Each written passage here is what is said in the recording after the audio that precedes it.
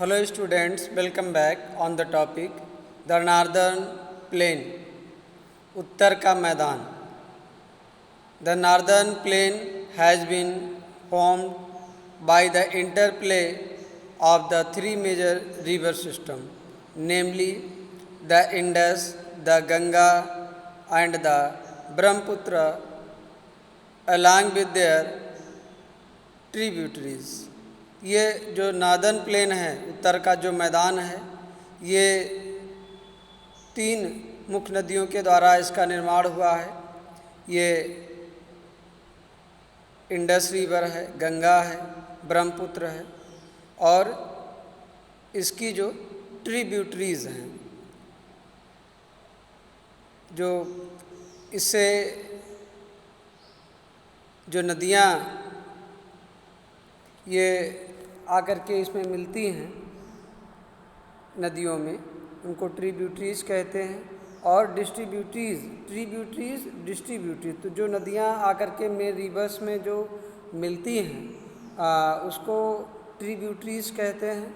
और जो मेन नदियों से जो अन्य छोटी नदियाँ जो निकलती हैं, से ब्रांच निकलती हैं अन्य, उसको हम डिस्ट्रीब्यूटरीज कहते हैं. This plan is formed of alluvial soil.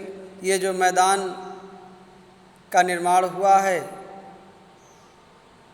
ये alluvial soil से बना हुआ है. alluvial soil से इसका निर्माण हुआ है. The deposition of alluvium in a vast basin lying at foothills of Himalaya over millions of year. The deposition of alluvium in the vast basin, ये जो alluvium soil है ये काफ़ी दूर तक मैदानों में फैला हुआ है नार्दर्न प्लेन के. At the foot hills of Himalaya over millions of years. तो मिलियंस ऑफ ईयर से ही ये हिमालय के जो फुट हिल्स हैं वहाँ पर ये मिट्टियाँ फैली हुई हैं. Formed this fertile plains. और ये अलुवियम सॉइल इस प्लेन को फर्टाइल बनाती है, उपजाऊ बनाती है. It spreads over an area of 7 lakh square kilometre. ये 7 लाख स्क्वायर किलोमीटर में फैला हुआ है. The plain being about 2400 kilometre long. और ये जो मैदान है ये 2400 किलोमीटर लंबा एंड 240 टू 320 किलोमीटर ब्रॉड. तो इसकी चौड़ाई 240 से 320 तक है. Is densely populated. Physiographic divisions, तो अगर इसके हम फिजियोग्राफिक डिवीज़न से देखते हैं तो ये काफ़ी डेंसली पॉपुलेटेड है. यहाँ पे काफ़ी घनी जनसंख्या पाई जाती है. With a rich soil covered combined with adequate water supply.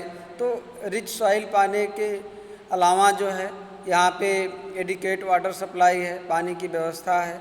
Underground water भी अवेलेबल है, नदियों का भी पानी उपलब्ध है खेती के लिए, पीने के लिए. And favoured climate. It is agriculturally a productive part of India. तो ये यहाँ पे अनुकूल जलवायु भी है खेती के लिए. तो ये भारत का सबसे ज़्यादा प्रोडक्टिव पार्ट है. A productive part of India means यहाँ पे फसलों का अच्छा प्रोडक्शन होता है. The northern plain is broadly divided into 3 sections. Northern plains को 3 सेक्शन में डिवाइड किया गया है. The western part of the northern plains is referred to as the Punjab plains. तो जो वेस्टर्न पार्ट है नार्दर्न प्लेन्स का, इसको हम पंजाब प्लेन्स कहते हैं. Formed by Indus and it's tributaries. तो ये इंडस और इसकी ट्रिब्यूटरीज नदियों के द्वारा बनाया गया है. The larger part of this plain lies in Pakistan. तो इसका जो लार्जर प्लेन है, जो बड़ा हिस्सा है, वो पाकिस्तान में है. The Indus and it's tributaries. ये इंडस और उसकी जो ट्रिब्यूटरीज हैं, ये इंडस रिवर की, the Jhelum, the Chenab, the Ravi the Beas and the Satluj originate in the Himalayas। तो ये जो इंडस रिवर की जो ट्रिब्यूटरीज हैं, जो नदियाँ इंडस में आके मिलती हैं, इनकी ओरिजिन हिमालय से हुई है। ये ट्रिब्यूटरीज हैं इंडस की, झेलम, चुनाव, रावी, बीस और Sutlej. This section of the plains is dominated by the doabs. तो ये जो सेक्शन है ये दोआब्स के द्वारा डोमिनेटेड है। दोआब का मतलब क्या है? Doab is made up of two words. तो दोआब जो है दो वर्ड से बना हुआ है। डू मीनिंग टू, तो डू का मतलब या दो का मतलब टू होता है, आप का मतलब होता है meaning water. Similarly Punjab is also made up two word. तो पंजाब भी टू वर्ड से बना है। पंज का मतलब होता है मीनिंग पाइप एंड अब का मतलब होता है वाटर।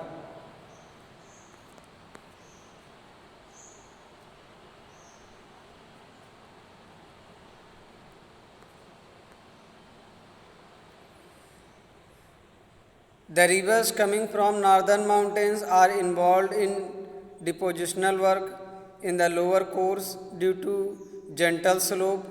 तो ये जो नदियाँ नॉर्दर्न प्लेन में जो है जो पहाड़ियों से आती हैं, पहाड़ों पर से, इन्वॉल्व इन डिपोजिशनल वर्क। तो ये डिपोजिशनल वर्क कहती हैं जो मिट्टियाँ कट के आती हैं पानी के बहाव के साथ, उसको मैदानी क्षेत्रों में जमाव का कार्य भी करती हैं। In the lower course due to gentle slope. तो लोअर कोर्स में काफ़ी जेंटल स्लोप है। The velocity of the river decreases. तो जो पानी का बहाव है वो कम हो जाता है नदियों में मैदानी क्षेत्र में प्रवेश करने पर। Which result in the formation of riverine island. तो जिसका परिणाम यह है कि रिवराइन आइलैंड्स जो है क्रिएट होता है, बनता है। Majuli in the Brahmaputra river is the largest inhabited riverine islands in the world. The reverse in their lower course split into numerous channels due to the deposition of silt। तो silt के deposition जमाव की वजह से ये जो नदियां हैं लोअर कोर्स में ये कई चैनल्स में डिवाइड हो जाती हैं, कई जलधाराओं में बढ़ जाती हैं। These channels are known as distributaries. तो इसी चैनल्स को हम डिस्ट्रीब्यूटरीज कहते हैं। तो आप इसको नोट भी कर सकते हैं। The Ganga plains extend between घाघर and Teesta river. तो जो गंगा प्लेन है इसका विस्तार घाघर एंड तीस्ता रिवर तक है। It is spread over the states of north India, Haryana, Delhi, UP, Bihar, partly Jharkhand and west Bengal to its east. Particularly in Assam lies the Brahmaputra plain. तो ये इस नदियों प्लेन का इसका जो विस्तार है वो इन राज्यों में है, नॉर्थ इंडिया में हरियाणा, दिल्ली, उत्तर प्रदेश, बिहार, कुछ हिस्सों में झारखंड में भी, वेस्ट बंगाल, और east particularly in Assam lies in Brahmaputra plain. तो ये जो ब्रह्मपुत्र प्लेन जो है ये असम में है। The northern plains are generally described as flat land. तो जो नॉर्दर्न प्लेन है इसको प्रायः हम फ्लैट लैंड कहते हैं। With no variation in its relief. तो इसकी जो धरातल में कोई वेरिएशन नहीं है, ये समतल है। It is not true these vast plains also have diverse relief features. तो according to the variation in the relief features the northern plains can be divided into 4 regions. तो these vast plains also have diverse relief features. तो कुछ diverse feature हैं इस vast planes के। फिर भी according to the variation in the relief feature, तो इसकी धरातल की विशेषताओं को लेकर के, इसके वेरिएशंस को लेकर के the northern plains can be divided into 4 regions. तो नॉर्दर्न प्लेन्स को भी 4 रीजन में क्षेत्रों में डिवाइड किया गया है। The rivers after descending from the mountains deposit pebbles in the narrow belt about 8 to 16 kilometre in with lying parallel to the slopes of the Shivaliks. तो जो नदियाँ पहाड़ों से निकलती हैं ये डिपॉजिट करती हैं पेबल्स कंकड़ जो है इन ए नैरो बेल्ट में about 8 to 16 kilometre in with lying parallel to the slopes of the Shivaliks. It is known as Bhabar. तो इसको हम भाबर कहते हैं, भाबर को भी नोट करना है। All the streams disappear in this Bhabar belt. तो जो भी स्ट्रीम्स है, जलधाराएँ हैं, इसी भाबर बेल्ट्स में ये डिसअपियर हो जाती हैं, गायब हो जाती हैं। साउथ ऑफ दिस बेल्ट, तो इस बेल्ट के south the streams and rivers re-emerge and create a wet, swampy and marshy region known as Terai. The streams and rivers re-emerge and create a bed। तो ये जो streams और rivers फिर मिलती हैं और ये एक तरह से बेड क्रिएट करती हैं, दलदल जैसा हो जाता है। बेड, स्वाम्पी एंड मार्सी रीजन, ये काफ़ी दलदली एरिया हो जाती है जिसको हम तेराई कहते हैं, known as Terai. This was a thickly forested region full of wild life. ये काफ़ी थिकली फॉरेस्टेड रीजन है, काफ़ी घना जंगल है और यहाँ पे बहुत सारे वन्य जीव पाए जाते हैं, वाइल्ड लाइफ, जंगली जीव जंतु पाए जाते हैं। The forest have been clear to create agricultural land.